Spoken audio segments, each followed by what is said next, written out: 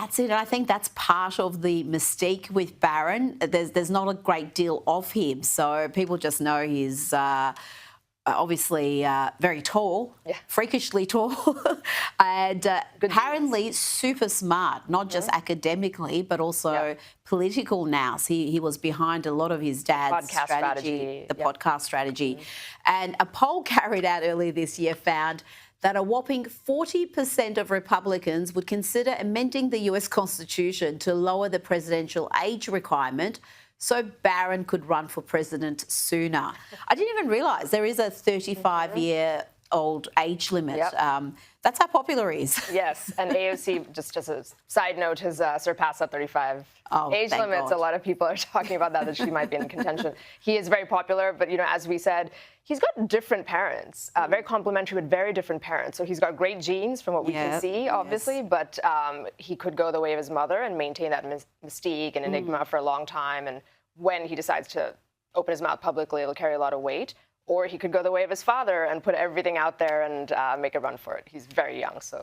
I wish I had the clip to play right now, but I've seen a little clip of him talking where he's being introduced to people, and he's very much in his father's style in how he communicates with people, which was fascinating to observe. Now, we've learned now a great deal more about Thomas Crooks. After months of nothing, this is the man who came a few millimetres from assassinating Donald Trump in Butler, Pennsylvania. His online accounts and posts have finally been revealed by Tucker Carlson, who carried out a forensic examination of his online footprint, including his violent statements. And then we had a big release of information by the FBI. The timing of the FBI release was rather curious, Koshar. But what have we learned about Thomas Crooks? So this investigation led by Tucker, allegedly he's a they-them, as you said at the top. A furry? Yep, a furry, which nobody knew what that was by and large until, unfortunately, Charlie Kirk's situation hit the news, and now we all know more about it than we ever wanted to. So that's another thing in there. We know he was also a very high IQ, as was Charlie Kirk's alleged assassin as well. These are like straight A students, very high intelligence. So that's maybe an ingredient in that as well. And then they sort of seem to just get captured by this sort of pornographic fetish type culture on the internet. Maybe they're a little bit on the spectrum, potentially. This is not me, speculating, but if you start to paint a picture, they get sucked into that vortex and then get radicalized. At least that's what we're seeing in these cases.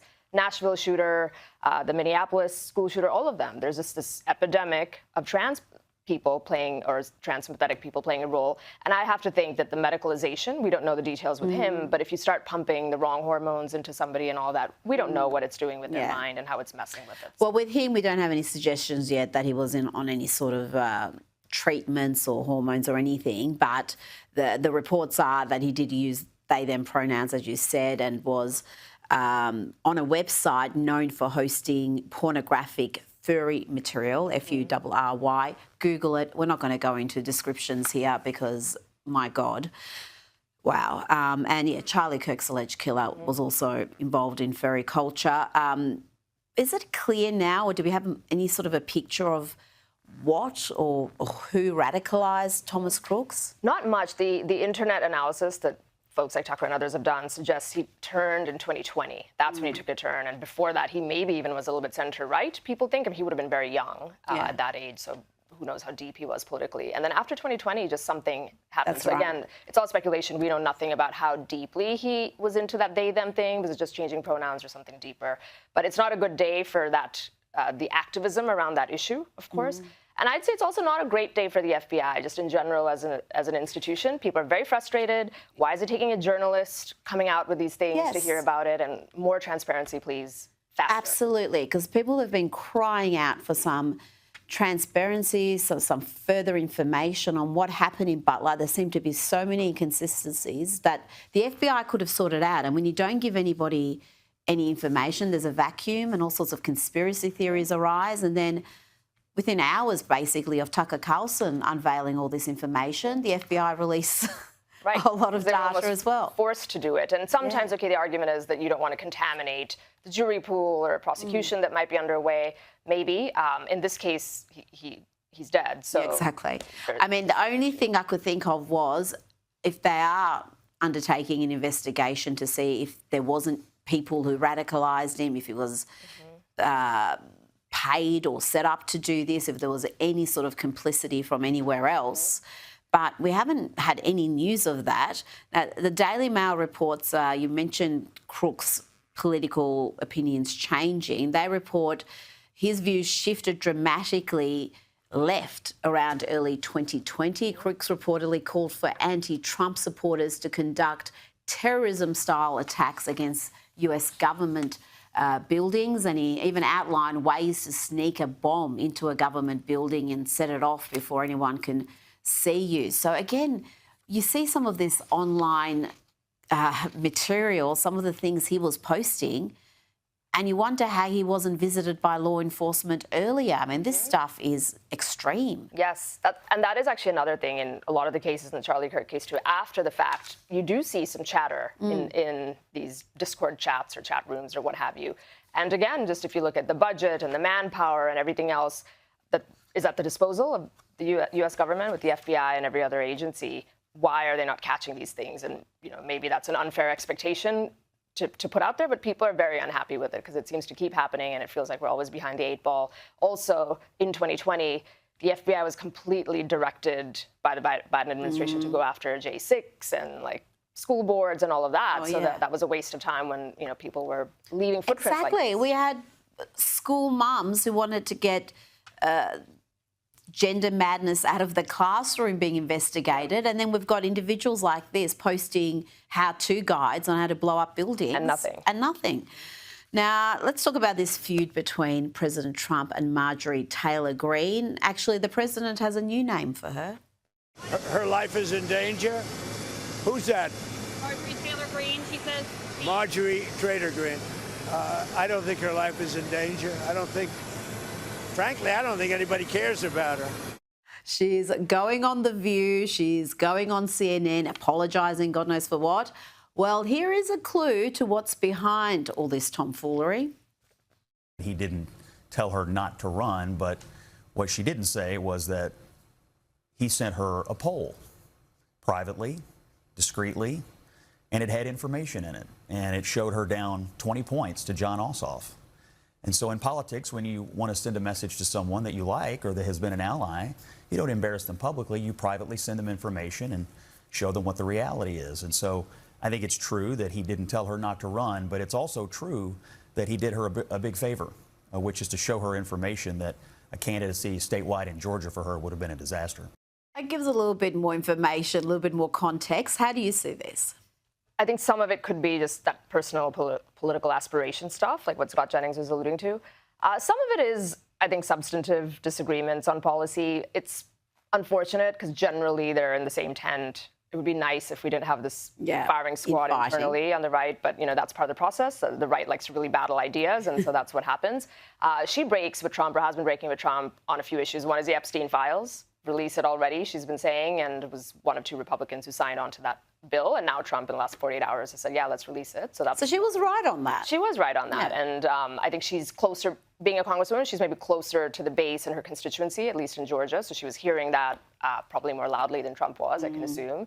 The other is Israel, where she's always had this view that, frankly, more and more people are sharing. We've talked about it before, that the U.S. spends too much financial capital, political capital, diplomatic capital on that, and she was expecting Trump to not be as knee-deep in it as he is. Rightly or wrongly, it got handed to him, but that's been a big fracture between the two of them. And then the third is economics, where she feels he's not doing enough to ease domestic economic woes, inflation, healthcare costs, all of that, and she wants him to just focus on that. All of that is understandable because that does represent quite a significant segment of the MAGA base. So, but when she's going on CNN and apologising, when we've watched the left celebrate Charlie Kirk's murder, and when they go electing an Attorney General in Virginia who wanted the children of Republicans murdered, and they elect him.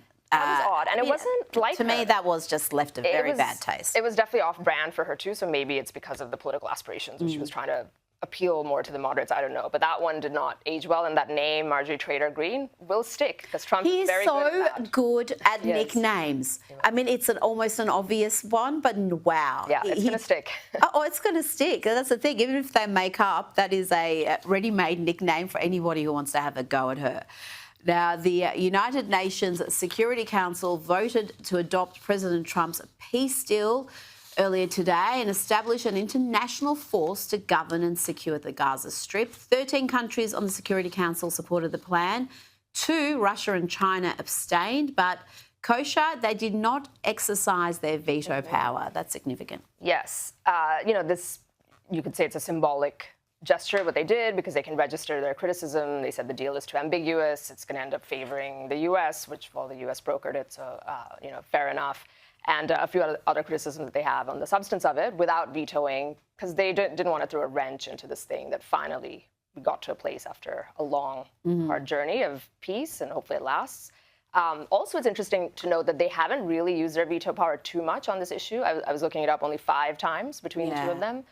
And the U.S. has used it 50 times since the thing broke out, the conflict under both administrations, which goes back to that point of how much diplomatic capital the U.S. has used in this conflict. And those two, Russia and China, kind of want to keep it at arm's length, be opportunistic, be more pragmatic, I guess, in a way that serves their national interests without taking a strong position on either side.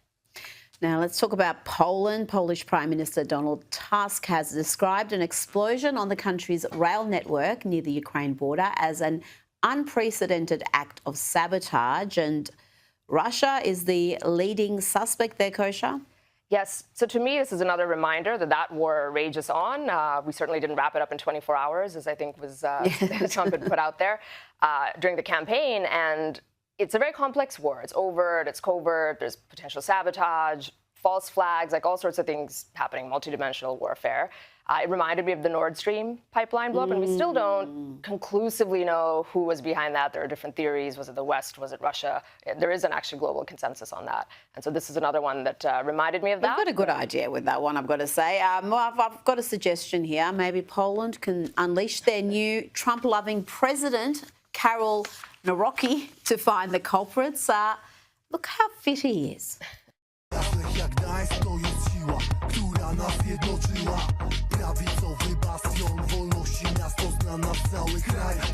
That's incredible. That's the Polish president. We're in a new era. We want to see strong leaders, rhetorically strong, physically strong. So he's right on point. He is on point. Kosher Gator, thank you so much for your time. Pleasure.